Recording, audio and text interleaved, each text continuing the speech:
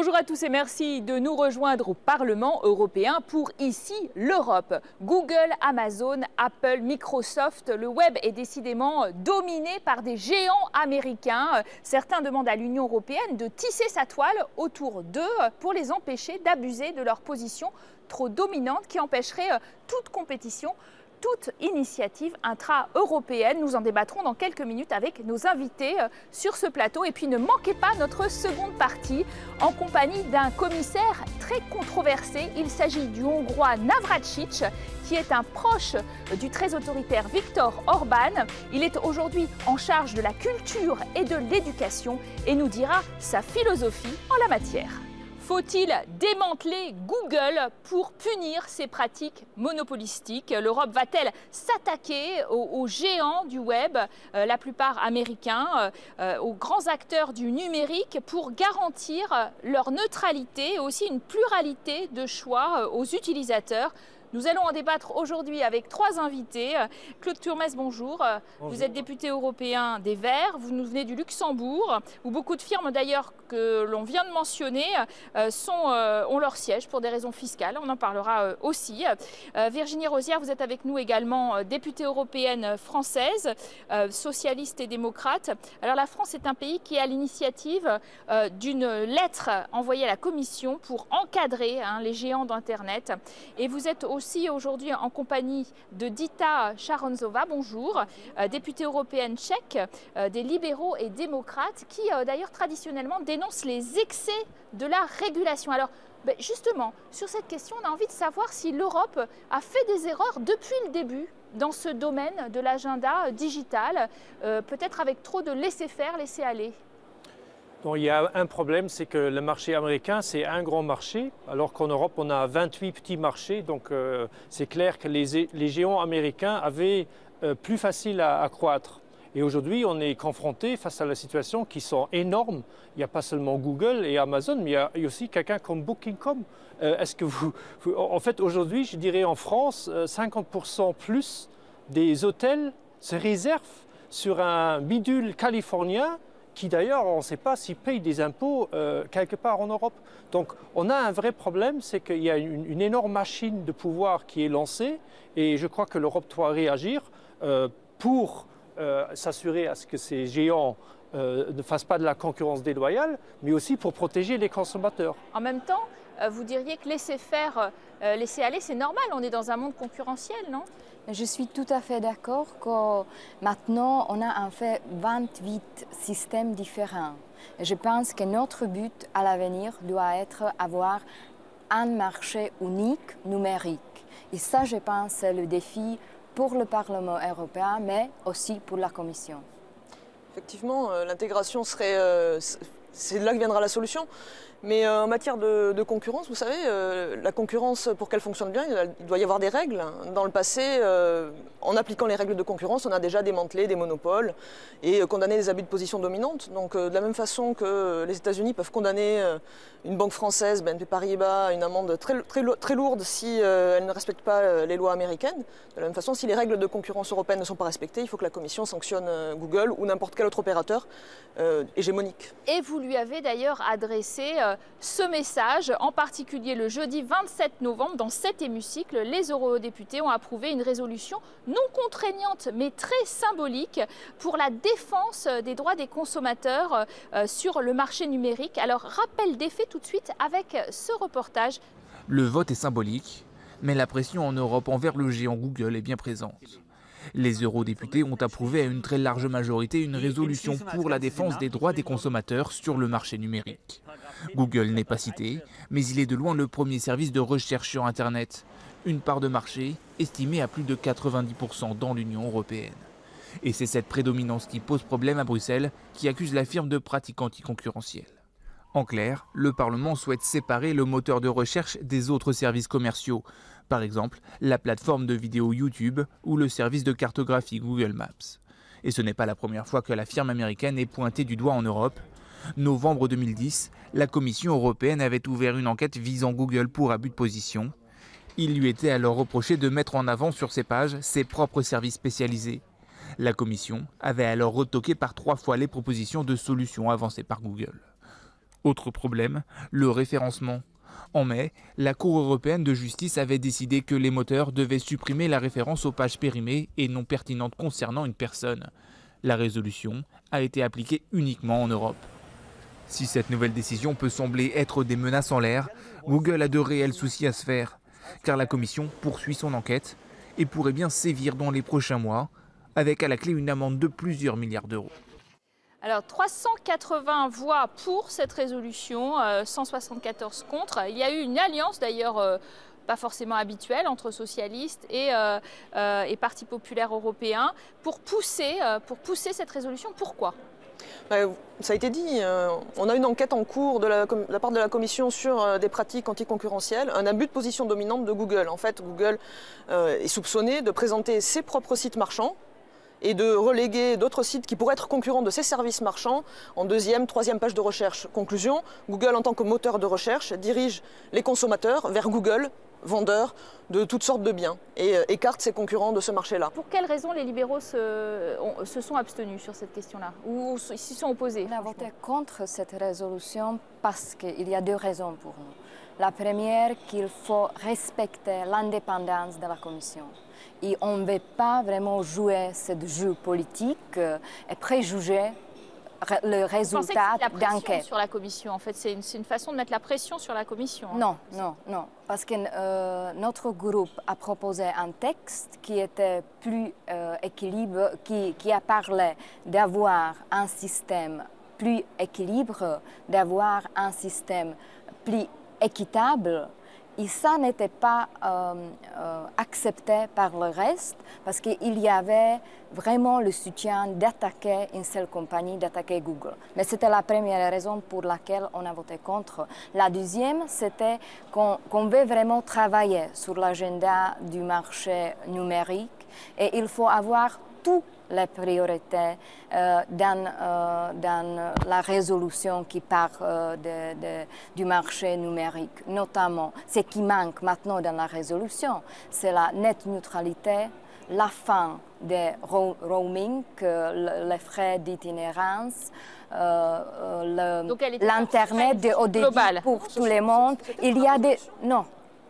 C'était les amendements qui étaient proposés par notre groupe et qui a été rejeté par Alors le vous reste. dites les Verts, nous aussi on a dit non, mais pour des raisons très différentes.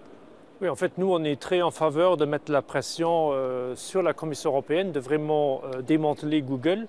Ces moteurs de recherche, c'est comme vous l'avez dit, c'est de la concurrence déloyale.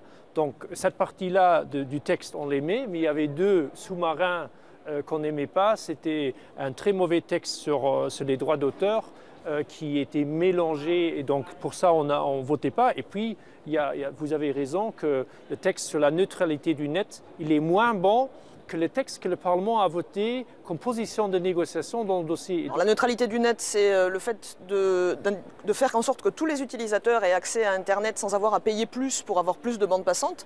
Quand vous utilisez Internet, vous avez envie de pouvoir accéder au contenu de la même manière que votre voisin sans qu'on vous demande de payer plus pour que ça aille plus vite. Donc c'est ce principe-là.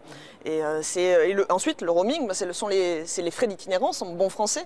C'est les coûts que paye un voyageur quand il utilise son téléphone. Par exemple, pour moi, mon téléphone français, quand je suis ici à Bruxelles, eh bien, je paye des coûts supplémentaires. Et c'est la fin de ces coûts supplémentaires. Cette résolution, elle met néanmoins un petit coup de pression à Margrethe Vestager, qui est la nouvelle commissaire en charge de la concurrence, qui doit justement effectivement écouter, entendre Google.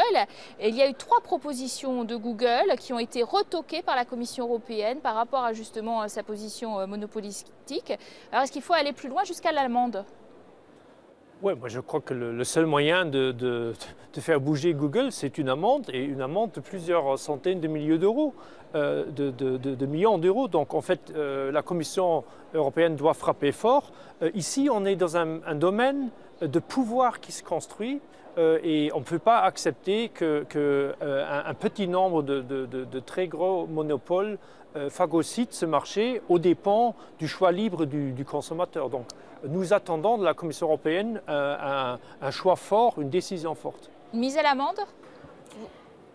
Bon, tout d'abord, je pense que c'est clair que le but de la résolution, c'était vraiment d'attaquer Google.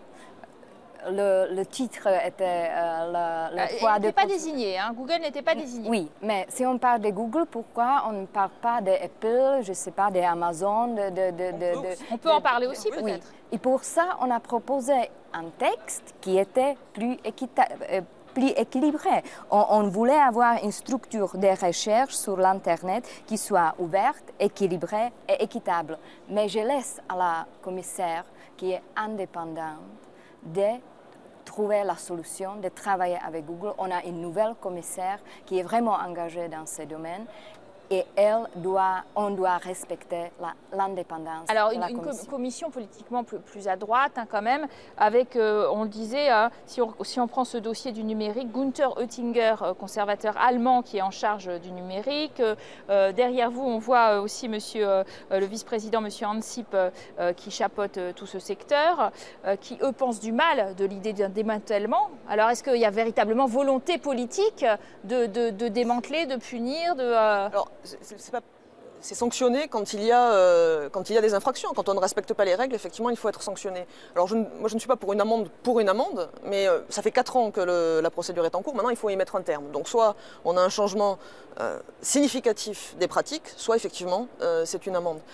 Ça a marché avec Microsoft. Rappelons, en 1999, Microsoft était sous le coup d'amendes multiples, etc. a trouvé un accord avec la Commission. Tout à fait. C'est des choses, mais on a des règles de concurrence qui sont très claires en Europe. Et jusqu'ici, on les a fait appliquer.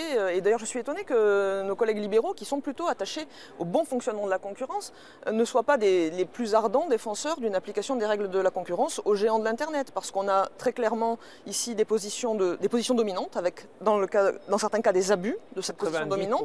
Et puis on est même sur des logiques de cartel, voire même de monopole, et dans certains cas de dumping, parce qu'on voit bien que sur certains contenus, on a ces acteurs qui se rémunèrent avec de la publicité, avec de la collecte de données personnelles, et qui en profitent pour écarter tous les autres acteurs du marché. Alors effectivement, on voit bien aussi que la France et l'Allemagne sont à l'initiative sur ces dossiers, et en particulier l'Allemagne, parce qu'elle a fait un bras de fer entre les éditeurs de presse, en particulier allemands, qui s'indignent de la reprise gratuite. Alors là, on parle de droits d'auteur, de droits finalement de ce contenu qui est payant, hein, de la presse, qui est mis par Google à disposition d'ailleurs de nos téléspectateurs et des utilisateurs en général. Et donc il y a ce bras de fer qui a été mené véritablement en Allemagne pour dire il faut mettre les choses à plat et qu'on soit rémunéré, hein, pour le travail qu'on fournit. Oui, mais les Allemands ont fait une loi qui en fait donnait le droit aux médias de forcer Google à payer. Qu'est-ce qui s'est passé après? Google a dit alors je ne publie pas du tout. Résultat des courses, la visite des sites internet des journaux allemands a chuté dramatiquement, et après les médias allemands sont allés sur les genoux comme à Canos chez Google, please, faites encore un lien sur nos sites. Donc la loi allemande s'est avérée une bonne idée au début, mais avec un mauvais résultat.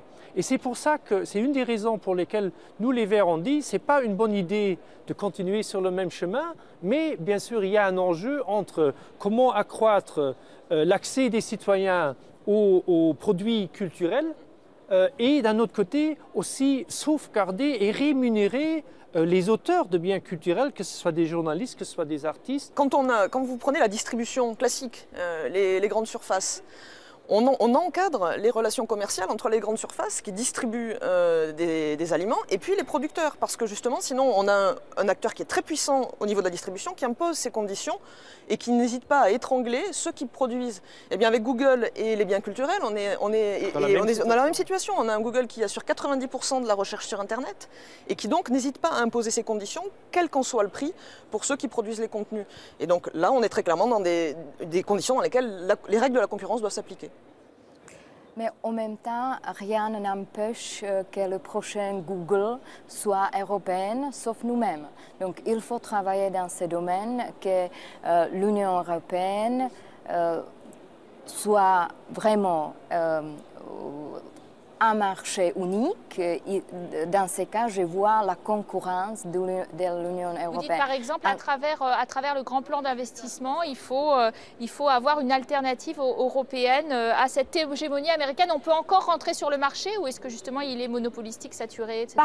Pas créé artificiellement, mais je pense qu'il faut travailler avec les chercheurs, il faut travailler avec les startups, qu'on a des bons liens entre les chercheurs et startups, et comme ça on peut vraiment soutenir les compagnies dans ce domaine. En ce qui concerne les droits d'auteur, je pense que ça c'est vraiment un domaine très important et on doit être très ambitieux dans ce domaine. Mais il faut trouver l'équilibre entre les auteurs, mais aussi le marché moderne numérique.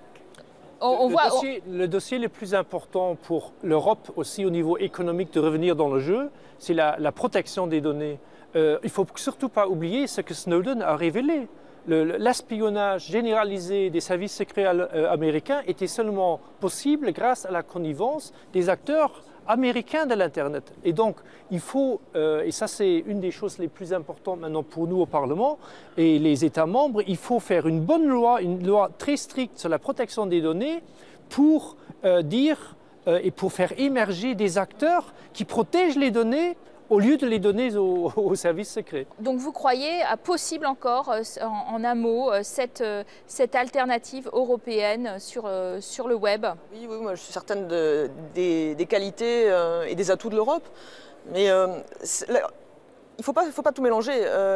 Google est condamnable pas parce qu'il est américain, parce qu'il enfreint les règles. Il faudrait que les sanctions soient les mêmes, quelle que soit la nationalité de l'entreprise. Mais en tout cas, le fait que Google soit américain ne doit pas être un obstacle et ne doit pas freiner la Commission. Merci à vous d'avoir très bien illustré ce débat européen sur l'agenda numérique, le fameux. Nous allons passer à un sujet plus culturel, puisque nous retrouvons dans notre seconde partie le commissaire hongrois chargé de la culture et de l'éducation, un certain Navracic, qui a fait lui aussi couler beaucoup d'encre pour d'autres raisons. On va voir ça en seconde partie. Vous restez en notre compagnie.